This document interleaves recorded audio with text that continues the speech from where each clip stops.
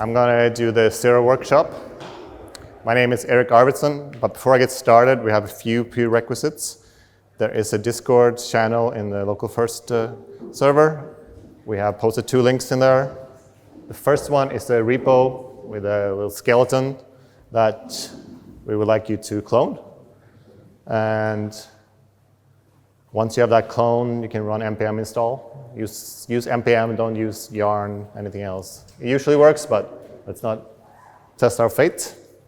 And the second dependency is Docker.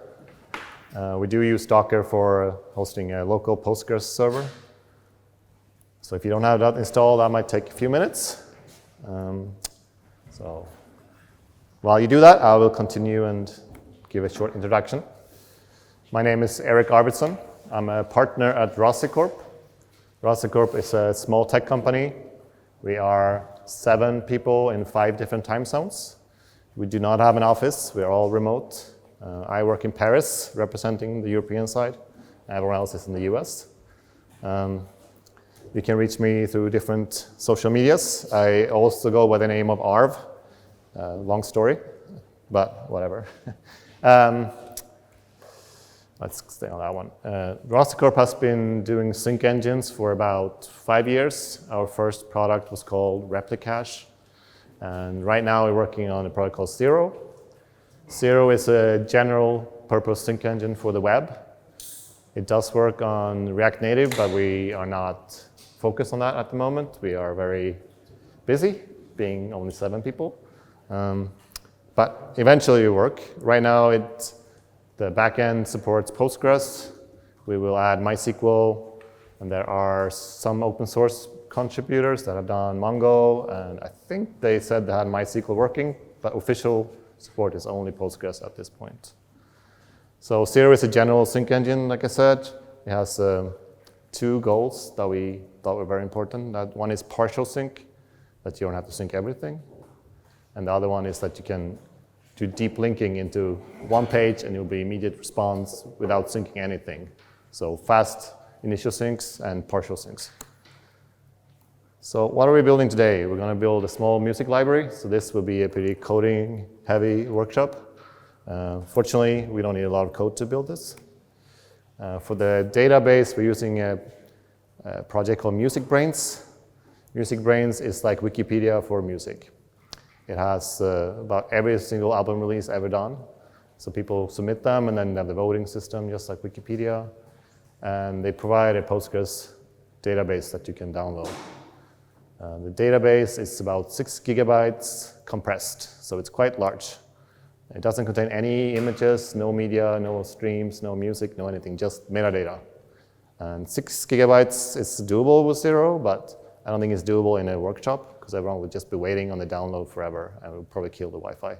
So I stripped it down to about 25 megs and created a much simpler schema, because MusicBrainz has very intricate schemas between all the relationships and all the releases and all the artists and every composer and every instrument and every, I don't know, beats per minute and all those things. And we're also going to use TanStack Start. TanStack Start is a full stack framework. It has 2 parts, or maybe 3 parts. On the front end server, on the front end is done by Vite, and the front end server is done by Nitro. I don't think that many people have heard of Nitro yet, but it's an up-and-coming version of, it's similar in nature to Vite, but it's for the front end server. It's used by TanStack Start, Solid Start, Nuxt, and the Angular full stack framework is switching to it. So it's very popular. And of course, we're going to use Rocicorp Zero. So let's dig into the code. Did everyone get the npm install working? It downloads a 25 megs SQL file, so it takes a little bit of time. Let's wait on that one. Let's code. So if you go to your terminal and you go into your directory, the first thing you want to do is start the database, which is inside a Docker container. So if you do npm run dev : can you see this, or should I make it even bigger? Bigger? That's as far as it goes. Sorry. change the terminal. I'm not doing that now. That will take too long. It's not that much terminal writing. This says run, npm run dev colon db/up. So it should take a little bit longer for all of you because it's going to import the SQL that is in docker seed.sql. And we can, in the meantime, we can open up your favorite editor. I use VS Code. And I'm also going to make this bigger. Inside the Docker, there's a seed file. It's in git ignore, so you can't really search for it. So the database has 2 tables in it. It has album. Is this big enough? Okay. So we have album, which has ID, artist ID, title, year, and then we have artist, which is ID, name, sort name. Sort name is a special field for making the sorting easier. Lots of artist names start with the and similar short words, and this just kind of skips that. And then you have type, which is group or individual or other things, and then begin and end date, active times. And so this is the SQL that we imported. There's also a JavaScript version of this, which is in the schema TS inside source.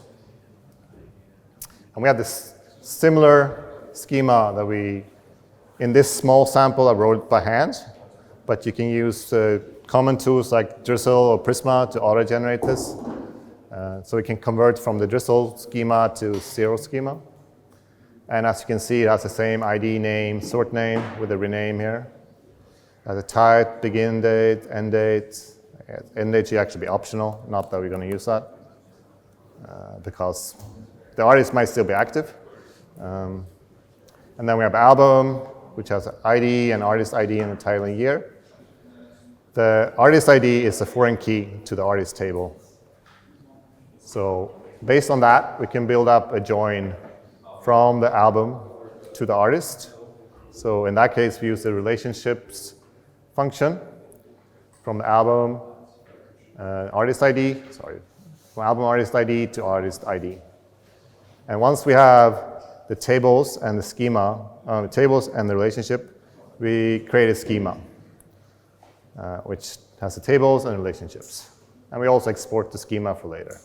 So this file is usually auto-generated, but it's not too hard to write by hand, and it should be pretty easy to read.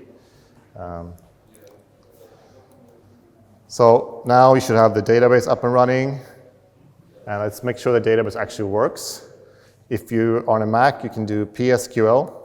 If you look into the snippets.md in the repo, you can see a connection string here to your local database. So it's PSQL, Postgres, blah, blah, blah. So if you copy paste that into your terminal, it should connect to Postgres. And yeah. You want to tell them that if they have problems, they can raise their hand? Yes. So now that Aaron is here, the founder of Rocicorp, he's going to be able to help you. So raise your hand if you have any problems, and he'll come and help you. And we have a few more people from Rocicorp here, so maybe they can help too. Matt in the purple shirt, or not purple, dark red. So inside the SQL in Postgres, we can do count star from artist. And semicolon for PSQL. If you use something else, you might be able to skip it. So we only have 84,000 rows, which is not that much. And I forgot to mention that when I extracted the data from Music Brains, I only extracted music made in the 90s, because that's the best era of the time, era for music, according to some people. So you see, it's not that big. We have 84,000 artists. We only have 184,000 albums. So let's exit that. And now we should be able to start the Zero server. So if we do npm run dev zero cache, that's what we call the server. So zero cache sits, that's what your web app talks to, and Zero Cache manages syncing with your upstream database, and it does that by listening to the replication stream from your upstream database. So the replication stream from the upstream database sends basically diffs of the data to Zero Cache server, and Zero Cache server figures out what the clients care about. And how does it know what Zero Cache? How does Zero Cache know what the Zero clients care about? Well, Zero is a query-based sync engine. So the client tells the server what kind of queries it wants to listen to. So I think it's time to, well, we started the Zero Cache server, and if you look at the top, it prints localhost 4848. And it just said, OK, make sure that it works. And if you have some problem with that, you can raise your hand, and maybe someone can see why your server didn't start. OK, so open up one more tab, and we're going to start the UI. Dev UI, or just dev, whichever you want. So this starts Vite server on localhost 3000. So we're going to build ztunes. So we go to index.tsx, and that's inside app routes index.tsx. That's a tan-stacked router feature. Anything that's inside routes will become a path in your URL on your domain. So we created a file route for slash. I turned off server-side rendering here. Right now, Zero does not support server-side rendering. It just doesn't give you any extra features, so it's not worth doing it. So the first thing we want to do is to list all the albums in the 90s. And you do that using Zero, and you need to get an access to Zero. And we provide a hook called use Zero. I'm going to rely heavily on Copilot, so if it's too fast, then let me know, and I will slow down a little bit. So use Zero, import that from Rocicorp Zero React, and schema, import that from source schema, not from Rocicorp Zero React. If you import the wrong schema, you won't get type checking. And then we create a query, const q equals z.query. And here you get autocomplete between the two different tables we have provided. We're going to find all the artists. We're going to limit it to 100. And we should also order it by sort name. So order by takes direction, so we want to do ascending. Sorry. And squiggly here because we're not using Q yet. So Q is represent the query by itself, but you want React to actually have a reactive view of the results of this query. So we can do const artists, almost right. It's use query, import that from React here, not from Solid, but from React. And then inside main, we're going to add another div, class name artists, and then we do an unordered list. And hopefully, we will get autocomplete. But I missed one thing. So first and foremost, use query returns a tuple, similar to React state, a use state. The first is the value, and the second one is some metadata about the loading of the query. We're not going to use that today, but we still have to destructure it. And probably missing a div. Let's see, no squigglies. Let's see what we got. Yeah, so something went wrong. This was expected. So use Zero must be used within a Zero provider. Zero provider is a React context that we set at the root of your application, so every single React component can then grab it You can, of course, also pass the 0 instance through everywhere using prop drilling, but it's kind of inconvenient. And the simplest way to do that in the TANStack router app is to go to the client TSX. So the client TSX is kind of the root of the router that TANStack provides. So we wrap the start client with a 0 provider, which takes one prop called 0. And then we put that at the end. We need to define 0. And that is done using new on 0. It takes the property bag. The first important one is the user ID, because you don't want different people on the same computer to share the data. So 0 stores data persistently in IndexedDB between your browser sessions. And if you use the same ID, if 2 people comes in, then they will share the same IndexedDB, which might not be the right thing to do. You also need to provide the schema, which comes from source schema. And last but not least, we need the server to talk to. And the server that we're going to talk to is defined in the env file. It's localhost 4848 that we showed before. I'm just going to copy the vite public server and do import meta env vite public server. And we need to import 0 from Rocicorp 0.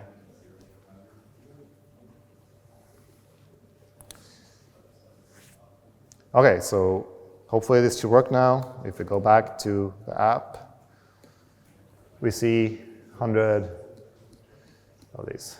We can change this to thousands. We can use virtual scrolling and change it to 180,000. It's just a matter of how much time you want to spend. Syncing the data is always a trade-off between how much data you want to sync and how good the UI should be. So this is not very useful. I can't find my favorite artist in here. It only goes to 1280. I want to find something more interesting. So let's go back to index and add a text input where we add some searching. And we're going to use a classic React state for the search string. So we do search, set search, not use query, use state from React. Okay, so now we have, seems wrong, use search and set search. Set search. Okay, so we add a input, type search, come on, and Copilot added placeholder, search artist, value search, on change set search. Okay, that seems good. Let's add a heading too, just like prettier.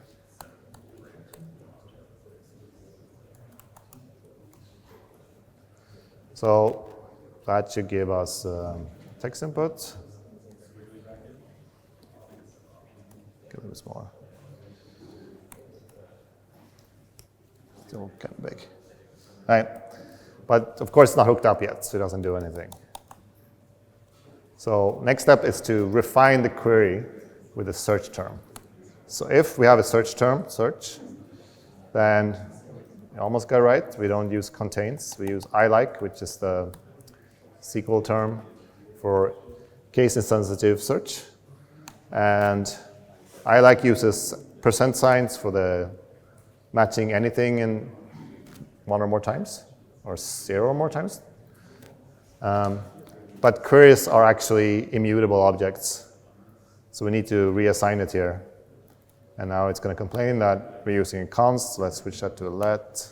So now we have let q equals c.query artist limit order by, and then we're going to search. But we're going to search on sort name too.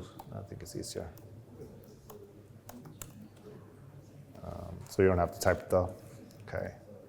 So now we should be able to search for Cure. We should be able to search for Beastie Boys, whatever. CC Top, I don't know. I don't know what you want to search for, but you can search for a lot of these things. And as you notice, it's almost instant. It's like really fast.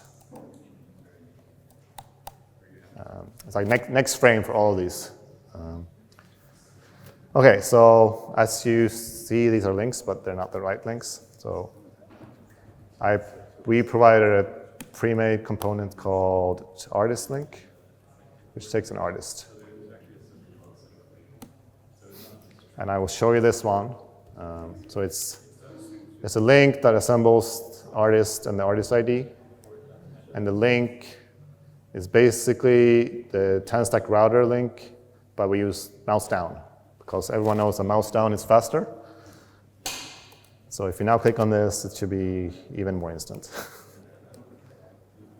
As you can see here, you get not found. And that's because we have not defined that route for 10-stack router. And the way that you do that is to go into the app routes, create a new file. And I'm going to call it artist.id, TSX. You can also do artist/:id. The :id is like a parameter that goes in the routing system. So a 10-stack router fills out this skeleton here. So now if we go back here, see that it changed it. And we want to extract this ID and search for all the albums that belongs to that artist and then list them here. So you get the ID almost like that. It's a route.useparams. And we can just make sure it works. The ID there, and then go back to here. You see that it gets included. So now we're going to use 0 as well. Same thing here. We're going to do z equals use 0. And we want to include a schema as well to get type checking. And this is the wrong schema. This often happens that it inserts the wrong schema. So we're going to change that to the source schema. And now we're going to do the query. Same thing here. We're going to select the artist where the ID matches. And then we're going to use the relationship that we set up in the schema, the join basically, to get the albums for that. So instead of doing limit, we can do 1. And then we have related. And you should have autocomplete for albums, because that's the one we set up. And we can just do that. And then we're not using Q yet. We're going to do const albums, actually. No, we do artists first. Yeah. So we use query. And let's call this artist page.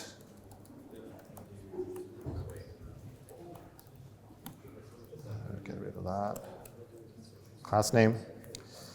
When will React get class? I don't get it. It's not so hard.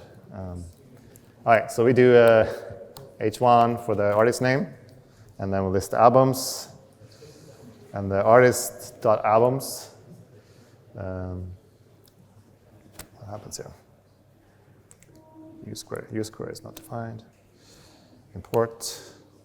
Artist could be undefined because first time you run the query before we have done any syncing, it might be undefined. So we can just, for now, we're just going to exit if not artist. Not found is not correct because it might be found, but it hasn't been loaded yet. So I'm just going to be lazy and do this for now. There are good patterns to detect if it's found or not present, but let's not dive into that. All right, so now we have the artist name, we have the albums. We're going to list those, and we're going to print the album title and the year. And I think that should work. Yeah, and you might want to order this by the year. So we're going to inside the related, we have a callback that gets. Sorry for this autocomplete there. It gets a query, which is actually the album query. And then we do query q.orderby again. And we do year, sorry, the screen is too small. And then once again, ascending. Yeah, well.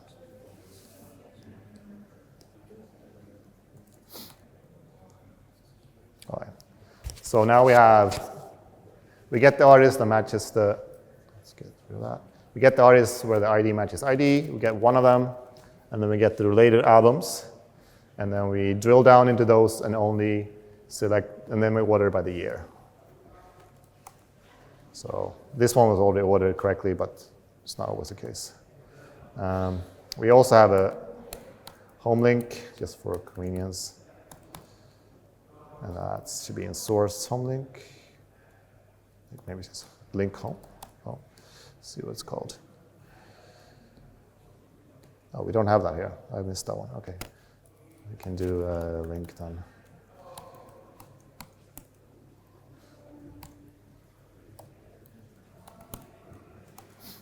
And link from source.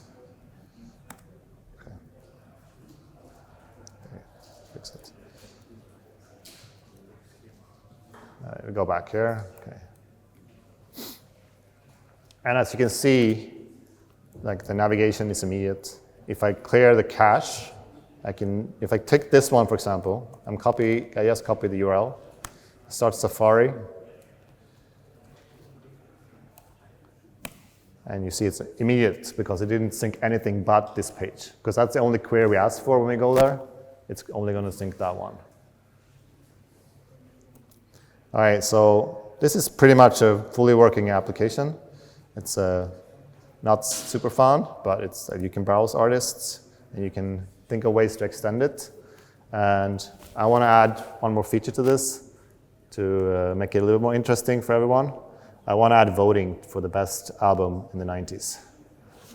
So, yes? So what happens, maybe I went over that, but I didn't get it. When you navigate to the URL for the specific artist, what happens if I go there but I haven't synced any data yet? So the only query in that case is going to be the query you have on that page. And that's the only thing that's going to be synced. So like you did a drawing before, so it would just like query back until like it finds everything that it needs, but just the thing that it needs. And then if you go back to the home page, then it Yes. The zero cache server keeps track of each client and what kind of queries it needs, and keeps them alive. So if someone goes into Supabase, or this is not Super, local database, and modifies one of these, it will reactively update. So what you usually do is you don't need to do any preloading, but if you know that you will need certain data, then you set up a preloading by doing one query early on in the app and keep that alive. I'm not going through that in this workshop, but we can talk about that later. It's very important for real apps, so you actually do some preloading. Okay, so inside the seed SQL, there's actually one more column that I didn't mention that I set up ahead of time. And on the album, there's votes. We could have added this by altering the table live, and Zero will pick up the schema changes and sync them automatically. But it just saves some time to do it this way. But it's not in the schema TSX, so let's go in there. Schema.ts, sorry. So if you find the album table, we're going to add votes here. And that's the number, and that's it. So now if we go back to the artist page, sorry, not like that. The artist page. And we should be able to add, let's see, let's do this. Let's wrap this a little bit better. I'm going to add a class name to this. Our designer took a stab at making things look pretty, so I'm going to try to make things look pretty. All right, so now we got votes, and it knows it's a number. And let's see what it looks like.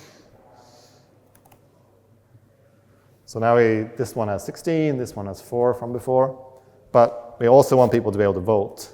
So let's add a button. And on click. Let's fill that out. I'm going to add an emoji. Okay. Close. And we need to do something here. So we have something called custom mutations or custom mutators in Zero.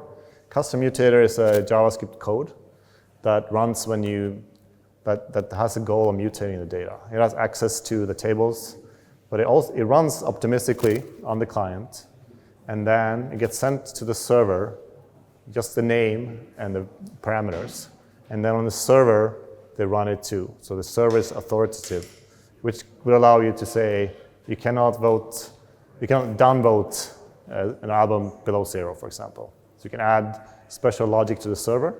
You can also add things like sending an email when something changes, or sending a Slack notification or a Discord notification, stuff like that. So if we do 0.mutate, and then we're going to call it upvote, and we're going to pass the album ID. So there's no upvote yet. We haven't written that code. And so I'm going to add a new file inside source called mutators. New file, mutators.ts.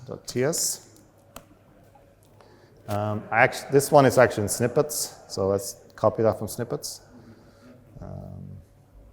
Where did that go? At the bottom. It's not very big.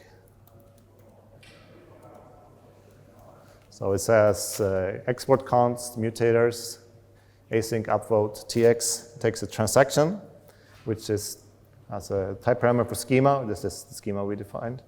And it takes an ID, which is what we define in here, the ID here. And now let's implement that. So first thing we need to do is wait for ChatGPT to figure it out. But okay, this looks right, I think. So we get the query from the transaction, we get the album table, and then we find the one that has the ID, and we get 1. And if we get 1, if it doesn't exist, then we get undefined, and then we do throw an error. Otherwise, this is not quite right. Otherwise, we get mutate, and we're going to mutate the album, and we're going to update. This is not right. So this takes a partial row. You have to always include the primary key, which is ID, and then we're just going to increment the votes by 1. And that should be it. So let me know if there's any problem with that one. I'll wait here in a minute. So one of the interesting things here with this system is that when you send this to the server, we're going to send the string upvote, and we're going to send the ID. And the server can be, if it's implemented in JavaScript, it can use the same code if it wants. If it's implemented in Rust or Go, you can pretty easily do the same thing. So the backend is agnostic in that way. And then when the server has synced, it will tell the client that I'm done with this mutation, and the client will then mark it as done and then move forward to the database. And if anything is on top of these mutations, it will rebase, similar to how Git works. So all the optimistic mutations will be rebased on top if needed. Okay, so we still have a problem here with that doesn't know what upvote is, and that's because we did use 0, but we only passed the schema. We also need to pass in the mutators, like that. So now it's fine here. On click should be like this. Okay, no red squigglies here, but there's one more thing we missed. If you actually run this now, your server will complain that 0 cannot be instantiated on the server, and so we're going to turn that off. And there's one more thing that we need to do before we can actually try this out. If we go back to the client TSX, inside the 0 constructor, we need to tell 0 constructor about these mutators. So it can do that. And we need to import it.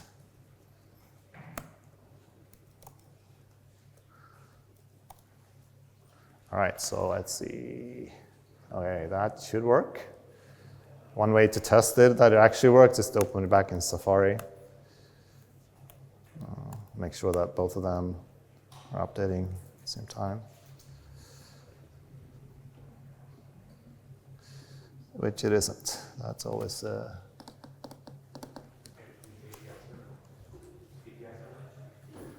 API server, is it running? That's a good question. I know why it's not running. We have missed one step. The API server is not done. Thank you, Derek. All right, so we created the local version of the mutators, and we also need to create a server side. And 10-stack router, or 10-stack start, provides API routes too. So if you create a new folder called API, and then you inside here you create a file called push.ts. And once again, it fills out something nice for us. And if you then go to API push, you should see that placeholder that they did for us. Okay, so let's not do that. Okay. And then, but what we actually do is we do post. Okay, so we're gonna fill out the post instead. And this is a little bit more code, so it's not a lot of code, but it's in snippets, so let's copy it from snippets. This is here. Oh, this is old snippets. Okay, that's fine.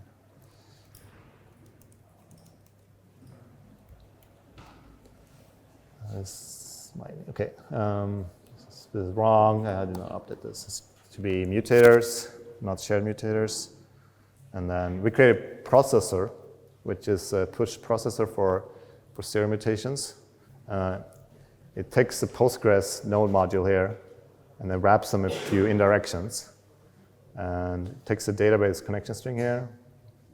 So basically, this is dealing with running all these things, all these mutators. And then in handle push, it takes the mutators, which defines the upvote and the request.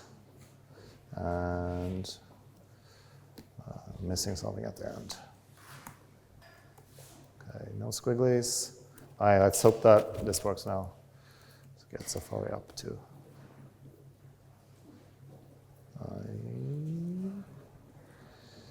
Did not work. Well, there's always something going on. It says mutation ID something. It might work for you actually. So I think we have a few more minutes. We're going to show one more app that we have, which is our database. Our issue tracker. This is our dog fooding app. It has a lot more data. And this is where we put all our bugs. And it has a lot of issues. And this is a real app, not just a toy. It has virtual scrolling. So we actually only have 165 open bugs, but if you switch to all, you see that it switches immediately. And if you do a search, you can search for whatever. You see next frame, everything in next frame. This might be a bug. Okay, that's fine. It has filtering, and you can select all my bugs here. We can create a new issue, test, and it's next frame, as you can see. We have emoticons. Let's delete that. So we designed this app because we wanted to make sure that we can cover real applications. And we made it our only bug tracker to make sure that it's good enough for anyone, for us at least. And as you can notice, this one is just amazing, blazingly fast. Another thing that I like to demo is we have keyboard shortcuts, J and K. And if you just hold that down, you can see that it's just like insanely fast. All right.